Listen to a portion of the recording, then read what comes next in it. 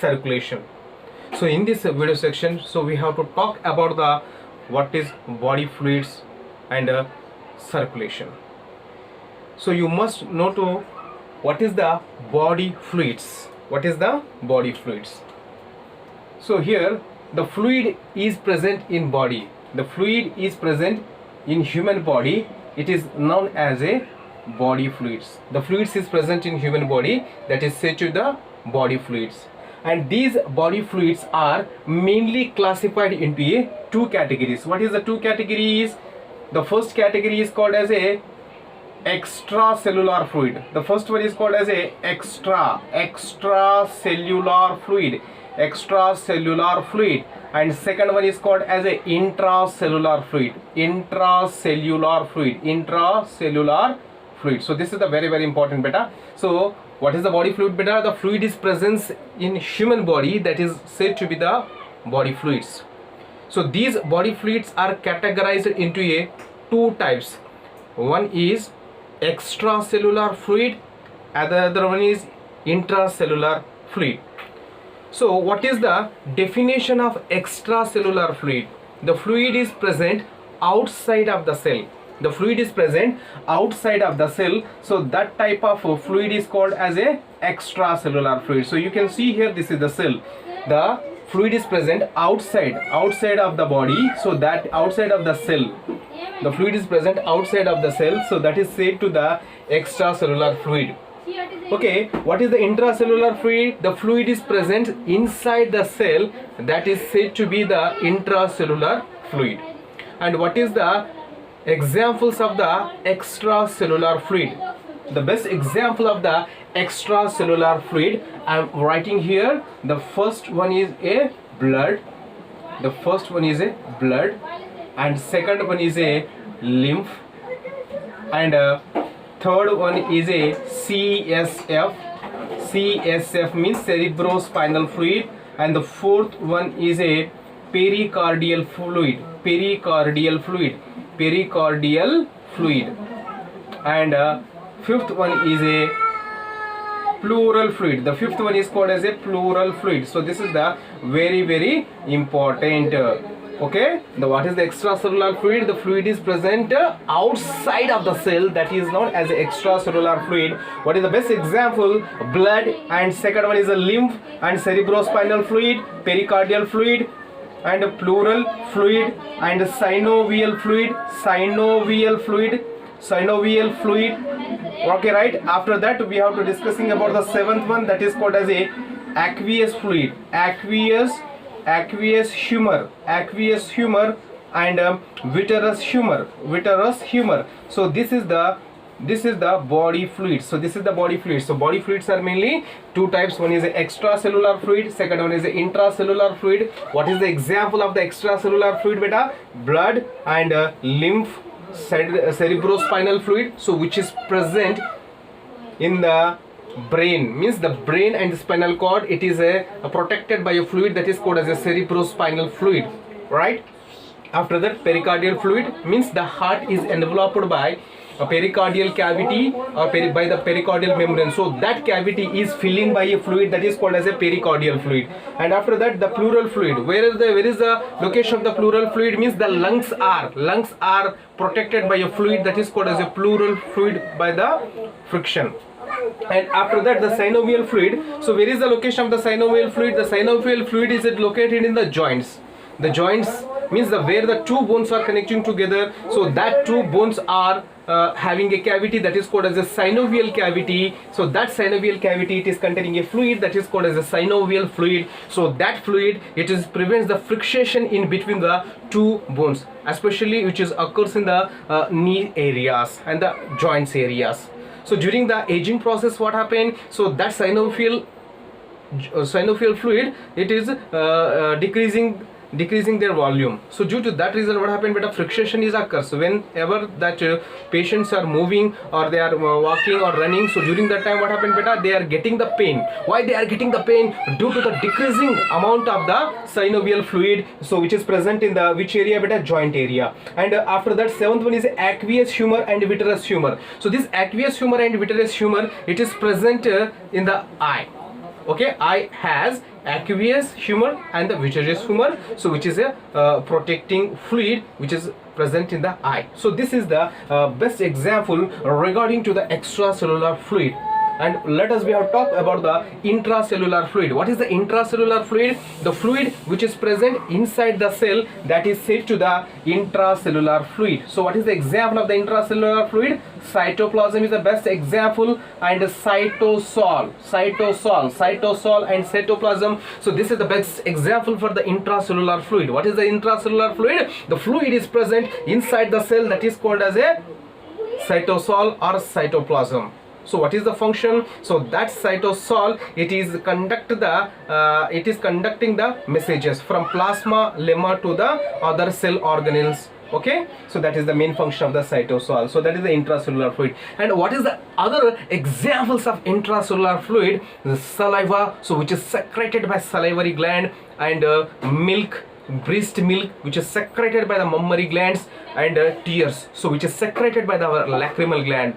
So this is the tear and breast milk and saliva. So this is the best example of the intracellular fluid. So this is about the intracellular and extracellular fluid.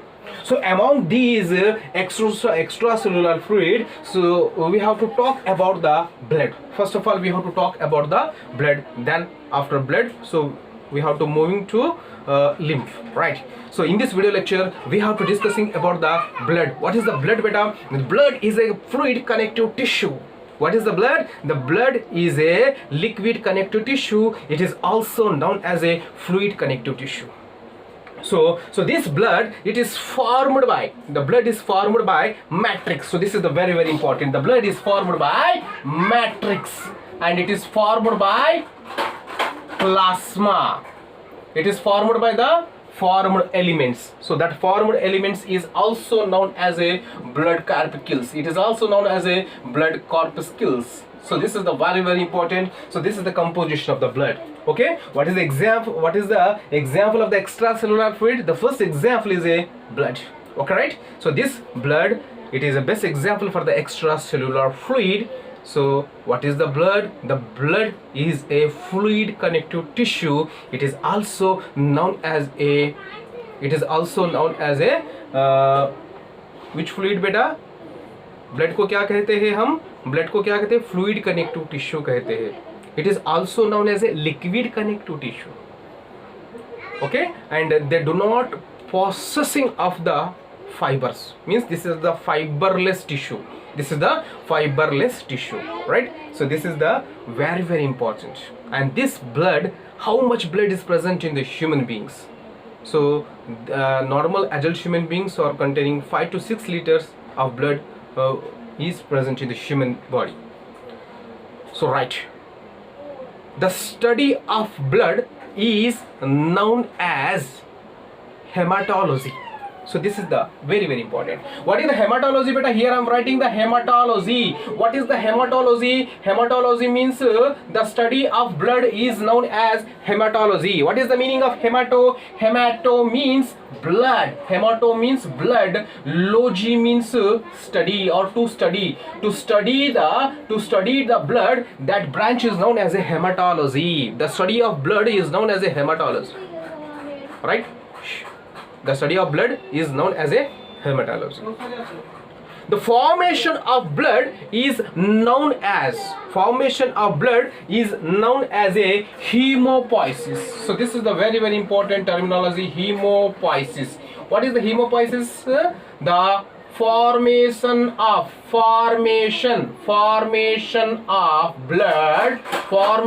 blood is known as a hemopoiesis. Formation of blood is known as a hemopoiesis, right? What is the hematology? Hematology means the study of blood is called as a hematology. Hemopoiesis means the production of blood is known as a hemopoiesis.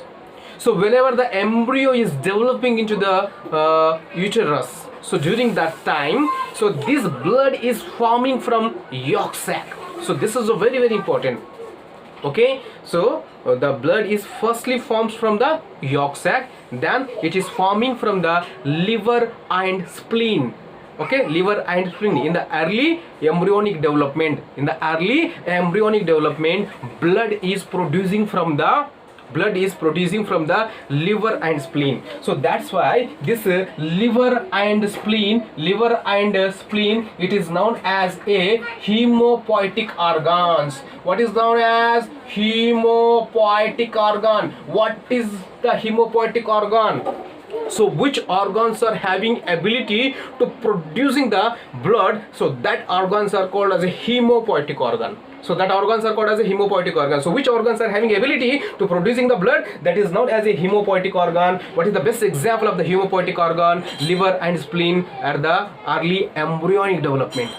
So whenever the baby is completely maturing, so after the maturing, they developing the bone cavity, and that bone cavity having a bone marrow. So that bone marrow, it is producing the RBC cells, WBC cells, and blood platelets, right? So that is known as a hemopoiesis. Hemopoiesis means the production of blood is known as a hemopoiesis. So that hemopoiesis process, which will starts in the tissue, that is called as a hemopoietic tissue. That hemopoietic tissue, it is present in the bone cavity, right? So that bone cavity having a hemopoietic tissue, those are having a stem cells. By the help of that stem cells, they producing the different kinds of the blood cells, right? So this is regarding about the blood, right? This is the blood, hematology and hemopoiesis. Okay, the first of all, the blood is producing from the yolk sac, and early development of the embryo, it is producing from the spleen and liver. Due to that reason, it is called as a hemopoietic organ. But in the adult human beings or adult mature organisms, it is producing from the bone marrow, right? This is called as a hemopoietic organ. Right, this is about the blood and how the blood is formed. The blood is formed by the two components. The blood is formed by the how many components? There are two components are helps in the formation of blood. Okay, those are consisting of the plasma and formed elements. So this is the very important beta. So in the body fluids and circulation, in this chapter we have to discussing about the composition of blood. So this is about the composition of the blood. Okay, the blood is composed by two things. First thing is a plasma, second thing is a formed element. What is the plasma? The plasma, it is a straw color. It is a straw color or yellow colored fluid. Okay, what is the plasma beta? What is the plasma? The plasma is a straw color or yellow color fluid. So it occupies the 55% in the blood. Okay, it occupies 55%, and formed elements or blood corpuscles, it occupies 45%. It occupies 45%. So we have to focusing on the plasma. We have to focusing on the plasma, right? The plasma is also known as a it is also known as a river beta. It is also known as a blood river. Why it is known as a blood river? Because it is having a fluid nature. It is having a fluid nature, liquid nature. So due to that reason, it is known as a river, blood river, right? And this plasma, it is composed by 90 to 92% of water. The plasma has how much water? 90 to 92% of water is present, and remaining 6 to 8% or 8 to 10%, it is consisting the proteins. It is consisting some proteins. So what is the proteins? That proteins are albumin, globulin and fibrinogen, and it has electrolytes. What is the electrolytes? We are discussing, and gases and nutrients and some waste material, so which is also present in the plasma, right? The first of all, the blood is composed by the two things. One is a plasma, second one is a formed elements. Plasma, it occupies 55% in blood. This plasma has 90 to 92% of water, and remaining 6 to 8%, it is consisting of the plasma proteins. So right, so this is the plasma protein. So what is the example of the plasma proteins? Albumin. So this is the very important albumin. Albumin is a plasma protein. Okay, first is a albumin, second one is a globulin, and third one is a fibrinogen. So this is the plasma protein, so which is present in the plasma. So what is the albumin? So this is the most abundant protein in blood. Most abundant protein in blood is albumin. So keep in your mind. So this is the very important point. Note it. So most abundant protein in blood is a albumin. So I am writing here most abundant protein. Most abundant protein in blood is a albumin. So this albumin, it is synthesizing in liver. It is synthesizing in liver. Right, it is synthesizing in liver. Means albumin is a protein, plasma protein. So that plasma protein, it is producing in the liver by the help of hepatic cells. By the help of hepatic cells. How much albumin is producing per day? Minimum 9 to 12 grams of albumin it is producing per day. And what is the function of albumin? I am writing here beta significance. What is the significance of the albumin? So this albumin, it plays a major role to producing of the colloidal osmotic pressure. This is simply known as a COP, colloidal osmotic pressure. Blood colloidal osmotic pressure, it is produced by the protein that is said to be albumin. So how much colloidal osmotic pressure is producing? It is 32 mmHg. 32 mmHg colloidal osmotic pressure, which is created by albumin. So due to the low amount of albumin, it is going to lead a disorder. So that disorder is known as a edema. So it is known as a edema. What is the meaning of edema? So this question is given in the previous medical exams examination. Edema. So edema is causing by the lacking of plasma protein. What is the plasma protein? Albumin. So due to the decreasing percentage of the albumin, it is going to lead a disease that is known as a edema. What is the edema? Edema means the excess amount of fluid, it is accumulating in the tissues. Excess amount of the fluid, it is accumulating in the tissues. So due to that reason, what happened? That organs, it gets swelling. The swelling of legs, the swelling of hands. So this is the best example of the edema. Means that the tissue, it is accumulating the excess amount of the fluid. So that is said to be edema. That is said to be edema. So this is the very important beta. What is the albumin? The albumin is the most abundant protein in blood. So this is the first point. This albumin is producing in the liver by the help of hepatocytes, and they are moving towards the blood. Okay, they're storing in the plasma. After that, this albumin, this albumin, it creates the colloidal osmotic pressure. How much colloidal osmotic pressure is producing? 32 mmHg osmotic pressure will be produced by the albumin. Due to the lacking of albumin, which disease is causing? Edema. What is the edema? Excess amount of the fluid, it is accumulating in the tissue, that is said to be edema, right? So this is about albumin. After that, we have to moving to globulin. So this is the second most abundant protein. Very important. This is the second most abundant protein in blood. Second most abundant protein in blood. So this globulin protein, it is divided into three categories. This is very important. So globulin, the plasma is containing a protein, that is a globulin. So this globulin is mainly classified into three types. One is alpha globulin. Second one, beta globulin, and third one, gamma globulin. globulin, alpha globulin, beta globulin and gamma globulin.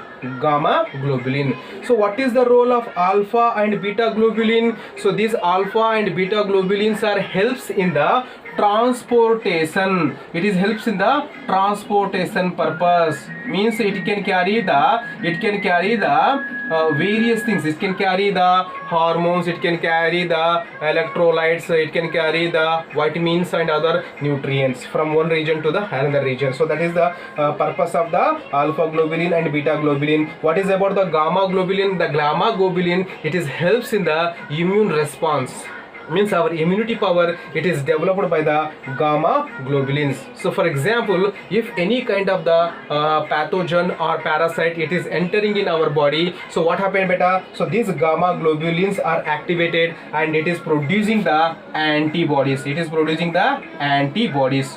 So due to that reason, what happened beta? Our immunity power will be increases. Our immunity power will be increases. So this is about the gamma globulin. This is about the gamma globulin. Okay. So how much proteins are present in the plasma? 6 to 8% proteins are present. Those are namely albumin and the globulin and fibrinogen. The albumin is the most abundant. The second most abundant is a globulin, and globulin is categorized into 3 types. What is that? First one is a alpha, second one is a beta, third one is a gamma. Alpha and beta together, it is help in the transportation of the different kinds of things from one region to the another region of the body, and gamma globulins are helps in the formation of antibodies, means any kind of the pathogens, if it is entering our body, so our body immune system, it will be responding and they're ready to producing the antibodies, right? So that is the important of the globulin. So after that, we have to discussing about the fibrinogen, the least protein which is present in the blood, that is said to be fibrinogen. So this is the least amount of protein. So that least amount of protein is known as the fibrinogen. So this fibrinogen is also synthesizing in the liver. And what is the main function of the fibrinogen? This fibrinogen is helps in the blood coagulation process. It is helps in the blood coagulation process. It is a blood clotting factor. So whenever the injuries occurs in our body, so during that time, what happened beta? Our blood vessels are get rupturing and the blood is oozing out. After 5 to 10 minutes, what happened? The blood is coagulated. Why the blood is coagulated? Because our blood has clotting factors, blood clotting factor. Due to that reason, the blood is coagulated. Okay. Right, so that is carrying by the fibrinogen and prothrombin, like that blood clotting factors. But in case of the fibrinogen, those are having a fibrinogen, but that fibrinogen is an inactive form. This is the most important point for the NEET examination purpose. The plasma has fibrinogen, but it is in inactive form. So there is no role in the blood coagulation, because the blood coagulation is carried by the specialized blood particles that is set to the platelets. Okay, so this is the very important beta. Inactivated fibrinogen is present. Okay, and after that, the most important point, it is also given in the previous medical examinations, that is the serum. What is the meaning of serum? Plasma minus clotting factor, means the elimination of clotting factor from the plasma, it is known as serum. Elimination of clotting factor means we have to eliminate the fibrinogen or prothrombin, so that coagulating factor from the plasma, it is known as a serum. So this is the very important beta nowadays. So we have to using the plasma therapy. What is the meaning of the plasma therapy beta? Plasma therapy means the coronavirus, COVID-19 coronavirus, if it is entering in our body, what happen? Our immune system is damaging. So during that time, so this gamma globulins, gamma globulins are giving response to the coronavirus. So whenever the pathogens are entering, our immune system is activated, stimulated, and then it is producing the globulins. So that globulins are the producing the antibodies, so which is helps to destroy the viruses or bacteria. अभी यहाँ पर corona में क्या हो रहा है वे? Plasma therapy में हम यूज क्या कर रहे हैं? ऐसे एंटीबॉडीज यहाँ पे प्रोड्यूस हो रहा है. That antibodies are helps to preventing the disease, right? So this is very important. That is known as a plasma therapy. After that, we have to discussing about the electrolytes. It is also containing the magnesium, calcium, sodium chloride, right? So this is the bicarbonate. So this is the electrolytes is present in the plasma, and this plasma, it is also consist of nutrients. It is consisting the glucose, it is consisting the amino acid, it is consisting the fatty acid. So this is the nutrients. So fatty acid is present, the glucose is present, and the amino acid is present. So that essential materials are transporting from the one organ to the another organs. Means when we have to take in the food materials, that food materials are digested, and after the digestion, so that essential materials are transporting to the each and every cell and each and every tissue and each and every organ by the help of circulatory media. That circulatory media is called as a blood or plasma, right? So that is the nutrients, and vitamins and enzyme and hormones also transported by the help of plasma. And the waste materials also, that is known as a urea. Okay, so that urea, it is also transporting from cells to the outside of the body through the help of which component? Plasma, right? So this is about the plasma. So after the plasma, we have to discussing about the next component, that is known as a formed elements.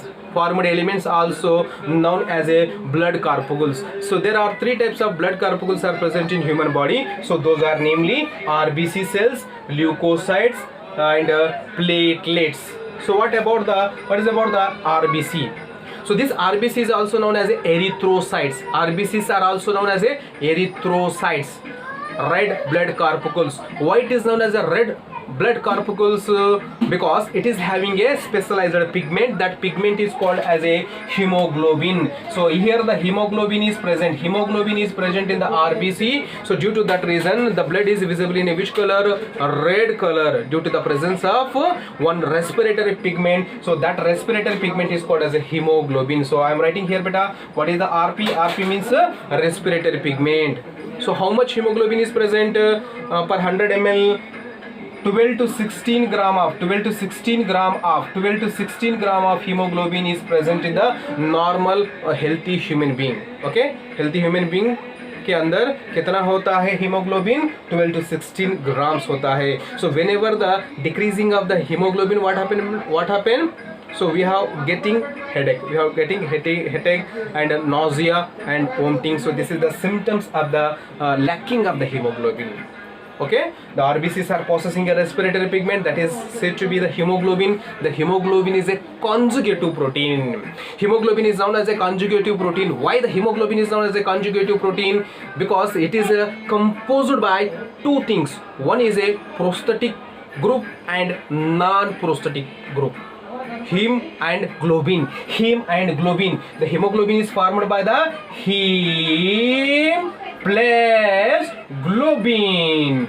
So globin is a protein part. Globin is a which part? Protein part. Heme is a non-protein part. Heme is a non-protein part, globin is a protein part. So both of them joining together, it can make the hemoglobin. How much hemoglobin is present per 100 ml? 12 to 16 gram of hemoglobin is present, and that hemoglobin is also known as a respiratory pigment. It can helps in the gases exchanging purpose. It can carry the oxygen and carbon dioxide. So due to that reason, it is known as a respiratory pigment. And one more important point from the hemoglobin is 1 gram of one hemoglobin molecule, it can carry the 4 oxygen atoms. So this is the very important. One hemoglobin molecule, it can carry the 4 oxygen atoms. This is the very important. One hemoglobin, it can carry the 4 oxygen atoms. So this is the very important. So that's the concept which is given in the examination. The previous medical examination में question बन गया था, एक haemoglobin कितने oxygen को carry करता है? 4 oxygen को मॉलिक्यूल्स को कैरी कर सकता है, right? This is the very important because the oxygen has 4 ferro rings, so that 4 ferro rings it can carry the oxygen molecules, right? So this is the very important. So this is the hemoglobin. It is a conjugative protein, so which is present in the RBC. So right about the RBC. RBCs, human RBCs are known as a enucleate. What is the meaning of enucleate? Human RBCs is known as enucleate. Why it is known as enucleate? Enucleate means human RBC, they do not containing the nucleus. The nucleus is completely absent. Nucleus is completely absent in the RBC. Human RBC, they do not possessing of the nucleus. But in the early stage of the development, so this RBC cells, erythrocytes, it is consisting the nucleus. But in the adult stage, so they do not possessing of any kinds of nucleus. If the nucleus is present, what happened? So it can take the oxygen.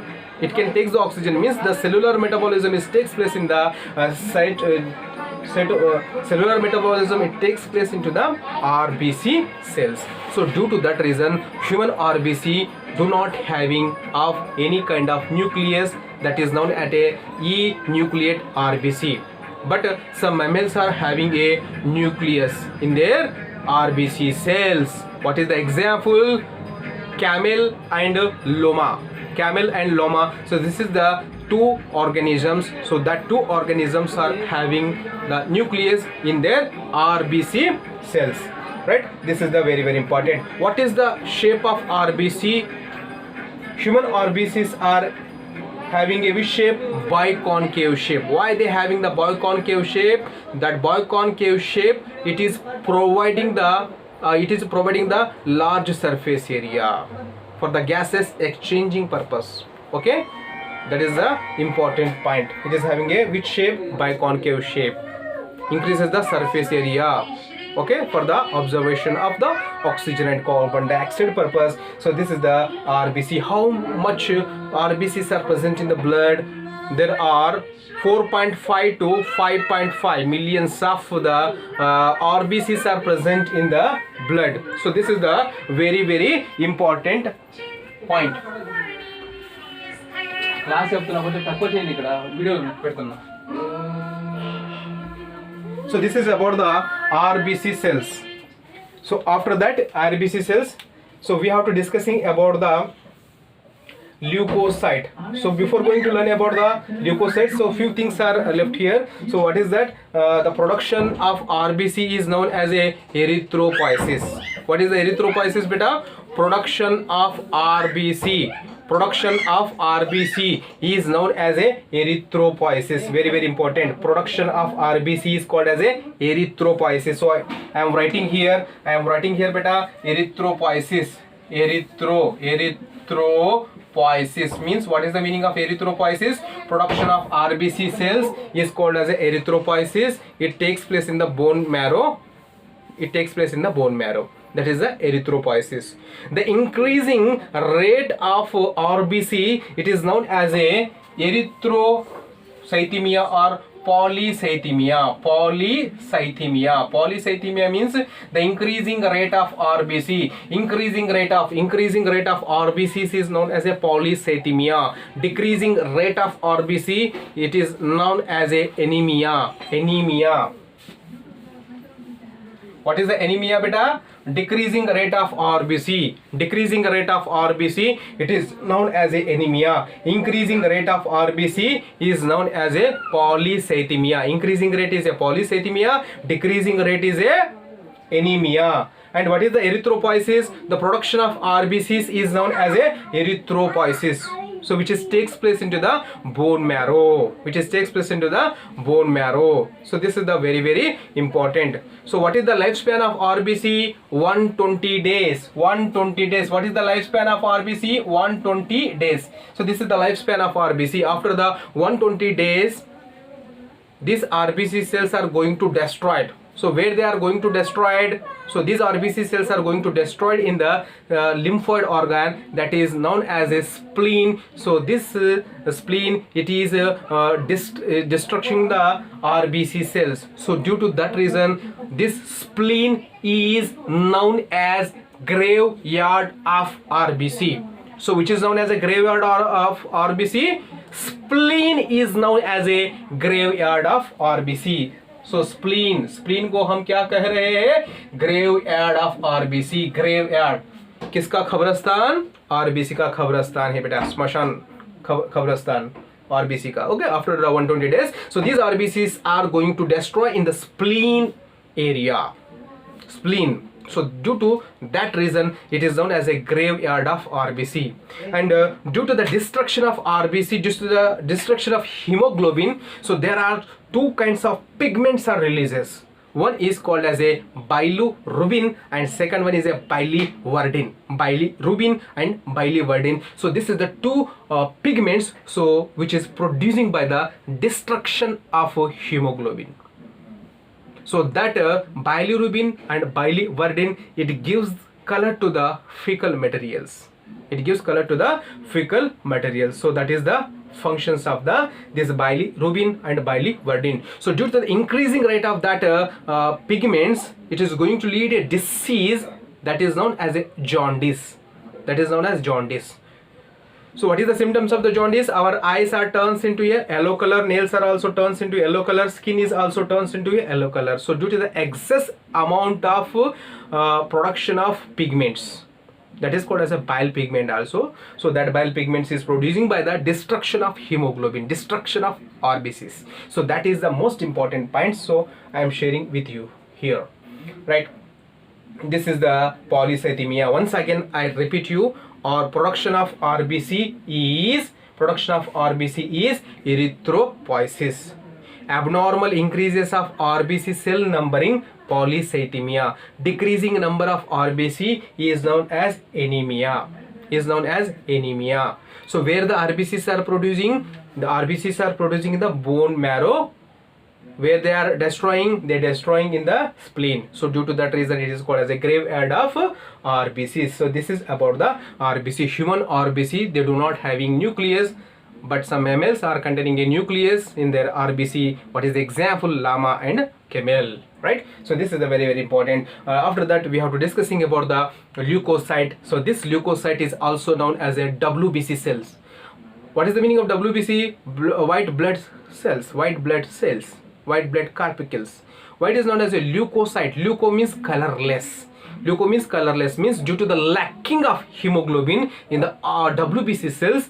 So due to that reason, those are visible in a which color? White color. That's why it is called as a white blood corpuscles. Right. The formation of WBC is known as a leukopoiesis. The formation of WBC. The formation of WBC is known as a leukopoiesis. The formation of WBC is known as a leukopoiesis. So this is the very important. What is the formation of RBC? Formation of RBC is a erythropoiesis. Formation of leukocytes or WBC is known as a leukopoiesis. It is also takes place in the bone marrow. And increasing number of abnormal increasing of number of the WBC is known as a leukocytosis. Abnormal increasing of the WBCs is known as leukocytosis. Decreasing numbering of WBC, it is known as a leukocythemia. Decreasing is leukocythemia, increasing is known as a leukocytosis. So that is about the leukocytes. And what is the lifespan of the leukocytes? 7 to 9 days. But some leukocytes are having ability to surviving 2 years.